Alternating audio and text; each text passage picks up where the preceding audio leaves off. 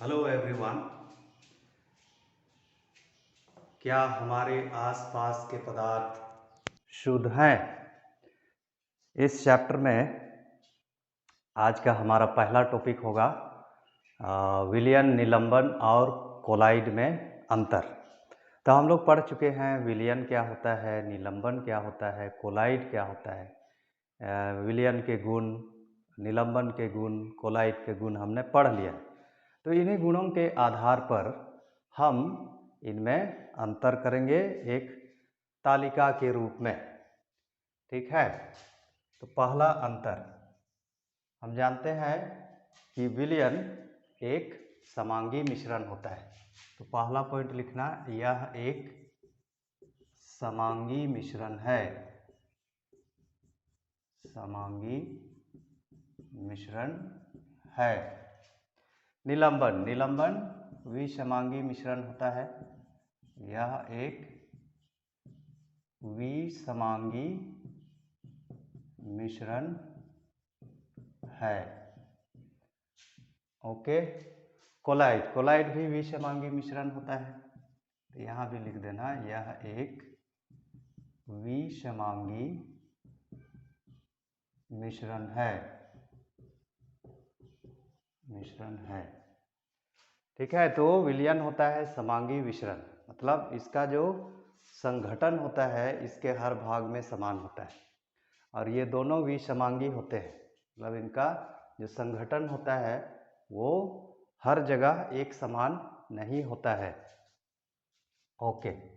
दूसरा अंतर हम कर सकते हैं इनके कणों के साइज के आधार पर। ओके, इनके कणों का आकार, कणों का आकार 1 नैनोमीटर से कम होता है। ठीक है, इनके कणों का आकार बहुत सूक्ष्म होता है। 1 नैनोमीटर मतलब 1 गुना 10 का घात -9 मीटर, यह एक बहुत छोटी संख्या है। इनके कणों का साइज बहुत छोटा होता है। ठीक है, विलयन बनने के बाद। ठीक है, जैसे हम नमक का विलयन बनाते हैं पानी में, तो विलयन बनाने से पहले तो हम नमक के कणों को देख सकते हैं, लेकिन एक बार विलयन बन जाता है उसके बाद हम उसके कणों को नहीं देख सकते हैं, क्योंकि कणों का आकार 1 नैनोमीटर से कम होता है। ओके। दूसरा, निलंबन के केस में इनके कणों का आकार 100 नैनोमीटर से बड़ा होता है। बड़ा होता है। ठीक है, तो इनका कणों का आकार 100 नैनोमीटर से अधिक होता है या बड़ा होता है। ओके। अब कोलाइड, कोलाइड के कणों का आकार 1 नैनोमीटर से 100 नैनोमीटर के बीच होता है। इनके कणों का आकार 1 नैनोमीटर से 100 नैनोमीटर के बीच होता है। ठीक है, और इसीलिए इनके कणों को भी हम बिना माइक्रोस्कोप का नहीं देख सकते हैं। ओके। तीसरा, तीसरा अंतर हम लिख सकते हैं इनके स्थायित्व के आधार पर। ठीक है, यह स्थायी होता है, मतलब इसको शांत छोड़ देते हैं तो विलेय और सॉरी, विलेय और विलायक एक दूसरे से अलग नहीं होते हैं। ओके, जबकि निलंबन अस्थायी होता है। अस्थायी होता है, इसको शांत छोड़ देने पर विलेय के कण नीचे बैठ जाते हैं। कोलाइड, कोलाइड भी स्थायी होता है, यह स्थायी होता है। ओके, तो विलयन स्थायी होता है, निलंबन अस्थायी होता है, कोलाइड स्थायी होता है। ओके। अगला हम कर सकते हैं कि ठीक है, यह जो विलयन होता है इसका कण बहुत छोटा होता है, इसलिए प्रकाश की किरणों को नहीं फैलाते हैं। ओके, प्रकाश की किरणों को नहीं फैलाते हैं, मतलब ये टिंडल प्रभाव नहीं दर्शाते हैं। ठीक है, यह टिंडल प्रभाव नहीं दर्शाता है, नहीं दर्शाता है। ओके, ठीक है। निलंबन, निलंबन भी टिंडल प्रभाव नहीं दर्शाता है, टिंडल प्रभाव नहीं दर्शाता है, दर्शाता है। ओके, केवल कोलाइड टिंडल प्रभाव दर्शाता है, या टिंडल प्रभाव दर्शाता है। ठीक है, टिंडल प्रभाव दर्शाता है। तो एग्जाम में पूछा जाता है कि निम्नलिखित में से कौन टिंडल प्रभाव दर्शाता है, तो कोलाइड, कोलाइड केवल टिंडल प्रभाव दर्शाता है। ओके, इसके कण बहुत सूक्ष्म होते हैं, इसलिए छानने की विधि द्वारा इनके कणों को पृथक नहीं किया जा सकता है। ओके, इनके कणों को, इनके कणों को छानन विधि द्वारा, छानन विधि द्वारा पृथक नहीं किया जा सकता है, नहीं किया जा सकता है।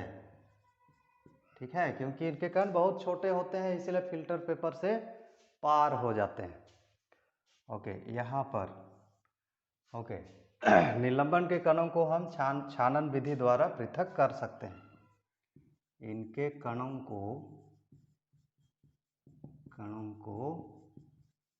छानन विधि द्वारा, छानन विधि द्वारा पृथक किया जा सकता है, किया जा सकता है। ओके, कोलाइड, कोलाइड के कण भी बहुत सूक्ष्म होते हैं, इसलिए इनके कणों को भी, कणों को छानन विधि द्वारा पृथक नहीं किया जा सकता है, पृथक नहीं किया जा सकता है, किया जा सकता है। छानन विधि द्वारा पृथक नहीं किया जा सकता है, इसके लिए स्पेशल मेथड अपनाते हैं, अपकेंद्रण विधि अपनाया जाता है। फिर ठीक है, इसमें वाष्पीकरण, क्रिस्टलीकरण, ओके, ये सब विधियां अपनाई जाती हैं। इसके बाद हम लोग, हमारा टॉपिक ही है मिश्रण के पृथक्करण की विभिन्न विधियां। ओके, उसके बाद एक एक उदाहरण लिख देना, उदाहरण। ठीक है, लिख देना नींबू पानी, नींबू का रस और पानी का विलयन। यहाँ पर लिख देना मटमैला जल, मटमैला पानी। ठीक है, मिट्टी सना हुआ पानी। फिर यहाँ लिख देना दूध। तो एक एक उदाहरण इस प्रकार से लिख देना। ओके, तो ये हो गया विलयन, निलंबन और कोलाइड के बीच का अंतर। तो आपका एग्जाम में, ठीक है, पूछा जाता है कि विलयन, निलंबन और कोलाइड के बीच किन्हीं तीन अंतरों को सारणीबद्ध करें। तो इस प्रकार सारणी बना करके हमको जवाब देना है।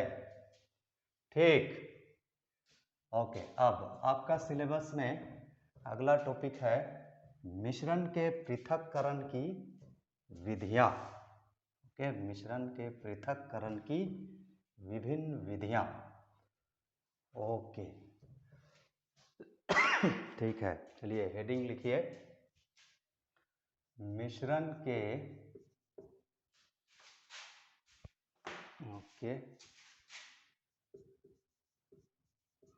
मिश्रण के पृथक्करण करण की विधियां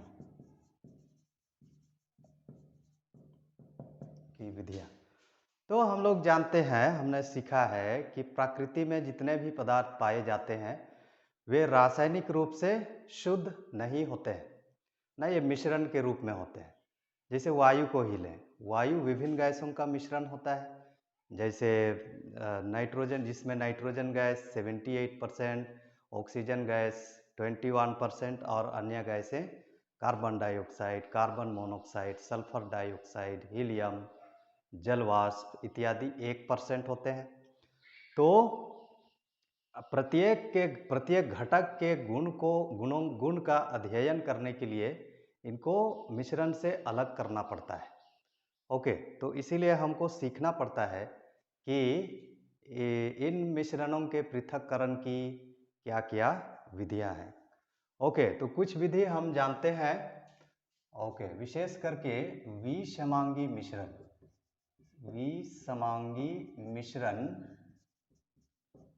के पृथक्करण की सामान्य भौतिक विधियां, ये आप जानते हैं विधियां। ठीक है, हम कैसे क्या करते हैं, जैसे चाय बनाते हैं तो चाय छन्नी से हम उसको छानते हैं। ओके, तो छन्नी से छानकर या छन्नी से छानन। दूसरा मेथड हम ये करते हैं हाथ से चुनकर। ठीक है, चावल या दाल पकाने से पहले उसमें जो कंकड़, मिट्टी इत्यादि होता है, जो बड़ा बड़ा होता है, उसको हम हाथ से चुनकर अलग करते हैं। फिर एक और मेथड है ओसाना। ठीक है, ओसाना, धान की मिसाई करने के बाद हम उसको ओसाते हैं। चौथा विधि है फटकन, है ना, फटकन विधि। ओके, ये चावल से भूसा को अलग करने के लिए हम उसको फटकते हैं, तो फटकन विधि। ओके, उसी प्रकार जैसे लोहा का चूर्ण, ओके, चुंबकीय विधि,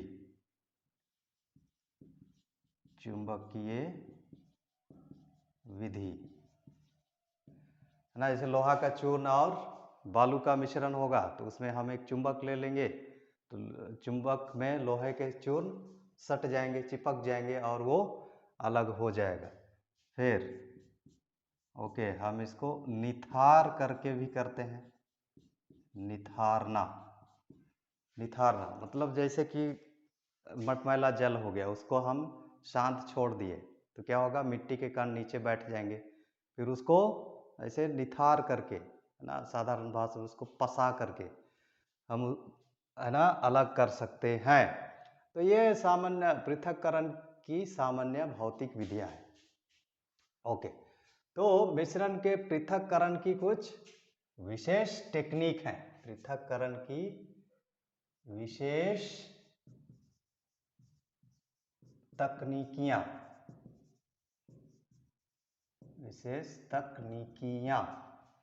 ओके, स्पेशल टेक्निक्स। ओके, तो इसमें हम लोग पढ़ेंगे, पहले लिस्ट बना लेते हैं, उसके बाद एक एक करके पढ़ेंगे। वाष्पीकरण, ओके, अपकेंद्रण,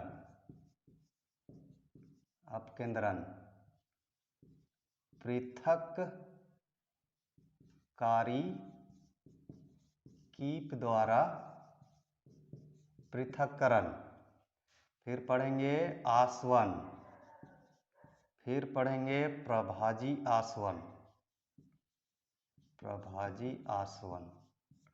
फिर पढ़ेंगे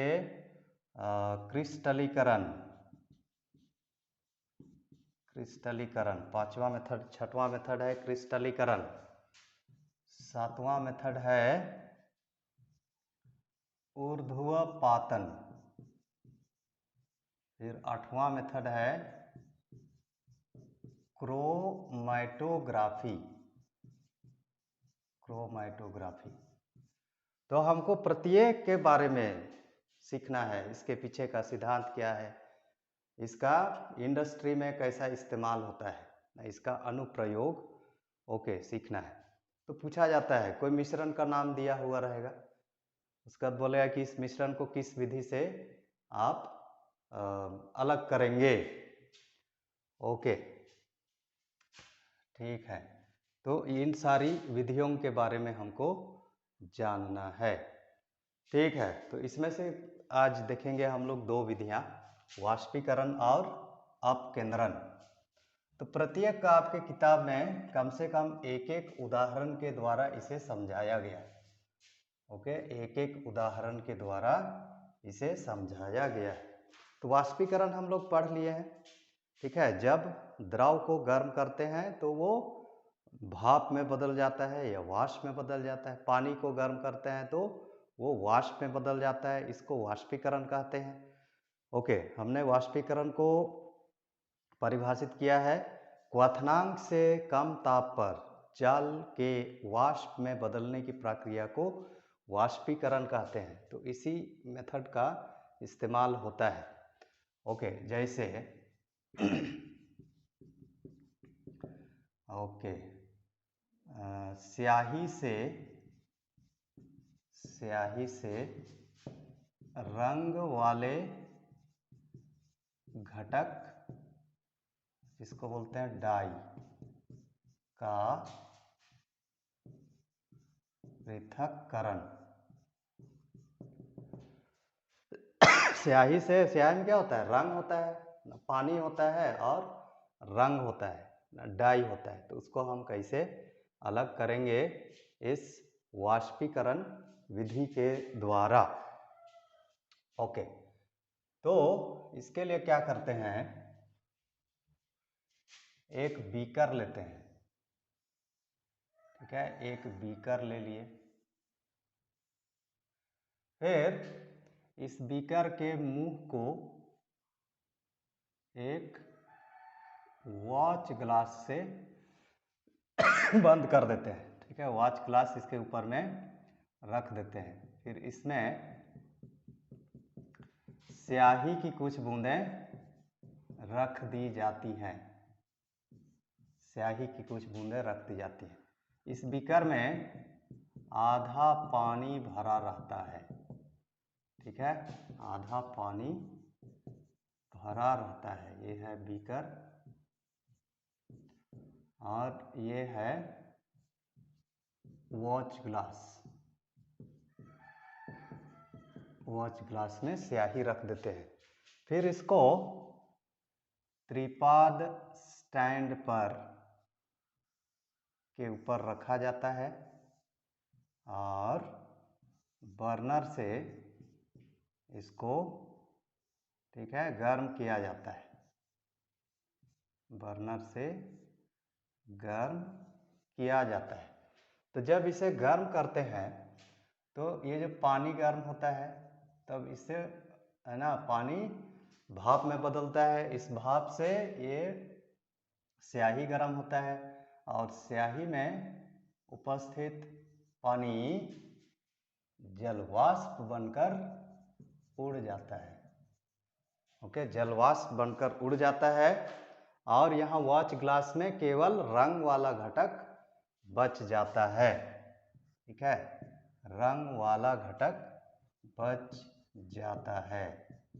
तो इस प्रकार से हम रंग वाले घटक को स्याही से अलग कर सकते हैं।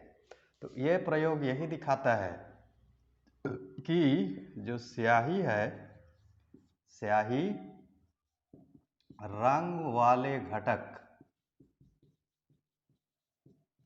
जिसको डाई बोलते हैं, और जल का समांगी मिश्रण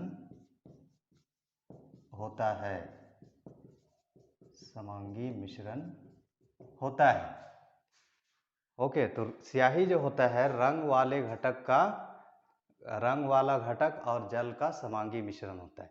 इसे इस डाई को अलग करने के लिए एक बीकर में एक पानी से आधा भरा हुआ बीकर लिया जाता है। इसके मुंह को वॉच ग्लास से बंद कर दिया जाता है। वॉच ग्लास में स्याही की कुछ बूंदें डाल दी जाती हैं।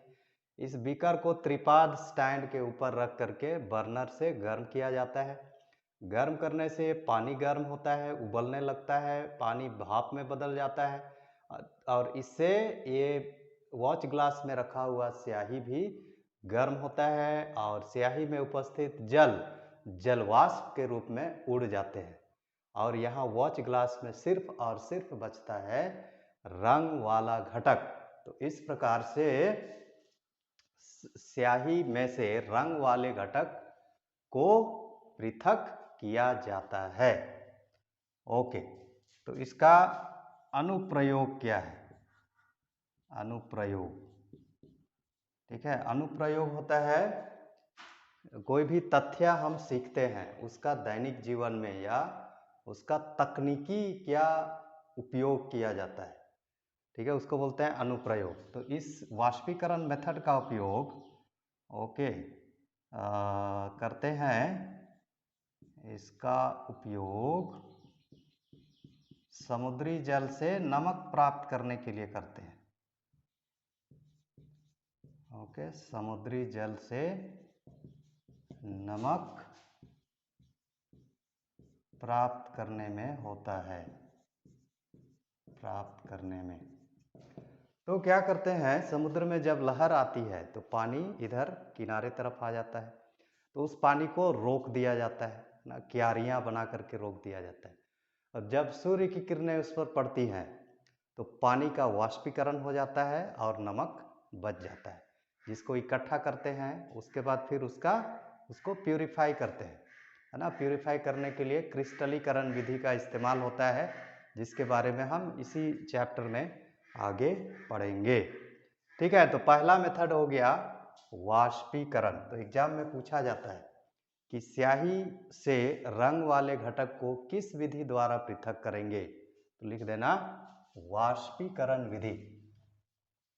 ओके, अब अगला मेथड है अपकेंद्रण, ठीक है। दूसरा मेथड है अपकेंद्रण, ठीक है। इसी विधि से पैथोलॉजिकल लैब में ब्लड टेस्ट, यूरिन टेस्ट, ये सब किया जाता है। फिर इसी सिद्धांत के आधार पर जो वॉशिंग मशीन है वो काम करता है, अपकेंद्रण विधि।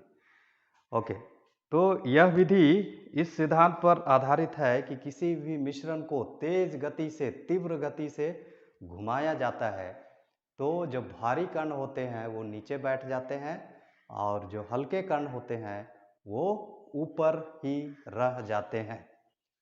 ओके, तो यह इस सिद्धांत पर आधारित है, इस सिद्धांत पर आधारित है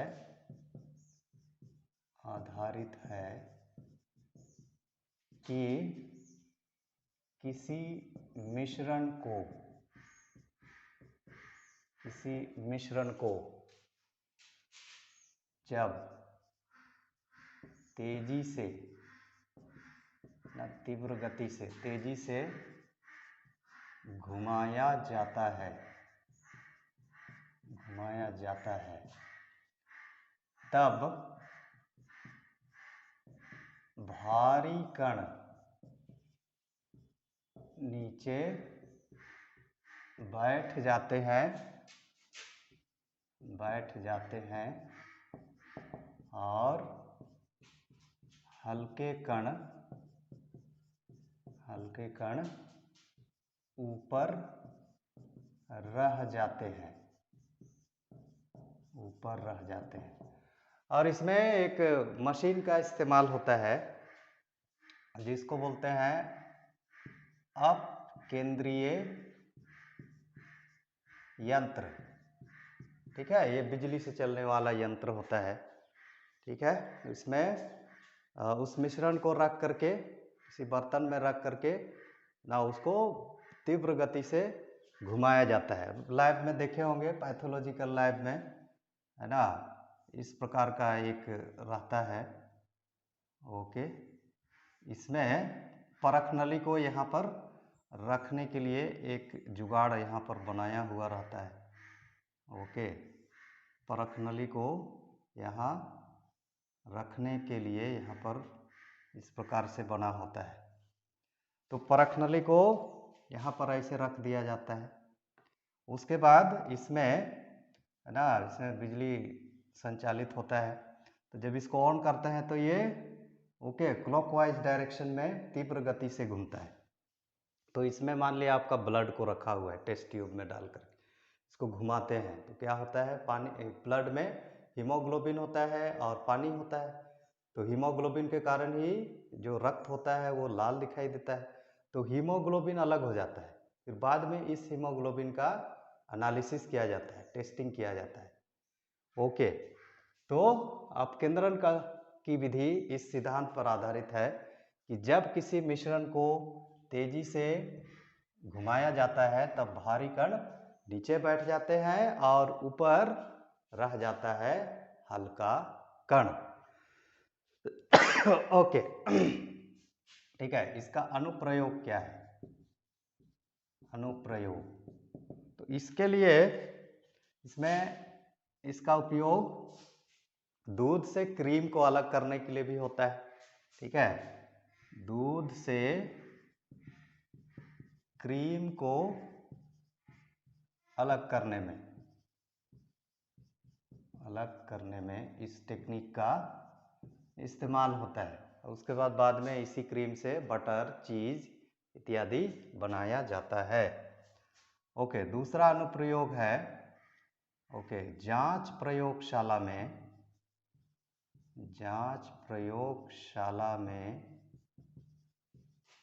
रक्त एवं मूत्र की जांच में इस टेक्निक का इस्तेमाल होता है। फिर थर्ड उपयोग है वॉशिंग मशीन में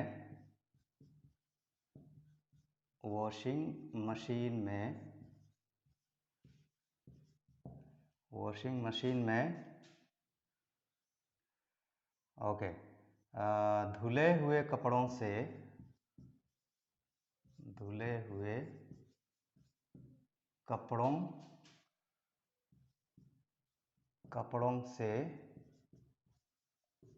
जल को निचोड़ने में,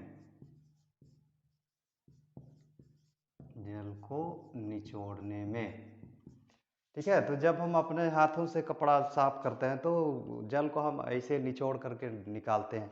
तो वॉशिंग मशीन में क्या होता है, कपड़ा हम उसमें डालते हैं, स्विच ऑन कर देते हैं तो वो उसको बड़ी स्पीड से घुमाता है। ठीक है, और वो ऐसा स्पीड से घूमने से क्या होगा, जल, है ना, कपड़ा से जल हल्का है। ओके, तो वहाँ से पानी अलग हो जाता है। तो अपकेंद्रण सिद्धांत का ये 3 महत्वपूर्ण उपयोग है, अनुप्रयोग है। दूध से क्रीम अलग करने में, जांच प्रयोगशाला में रक्त और मूत्र की जांच में, वॉशिंग मशीन में धुले हुए कपड़ों से जल को निचोड़ने में इसी टेक्निक का इस्तेमाल होता है।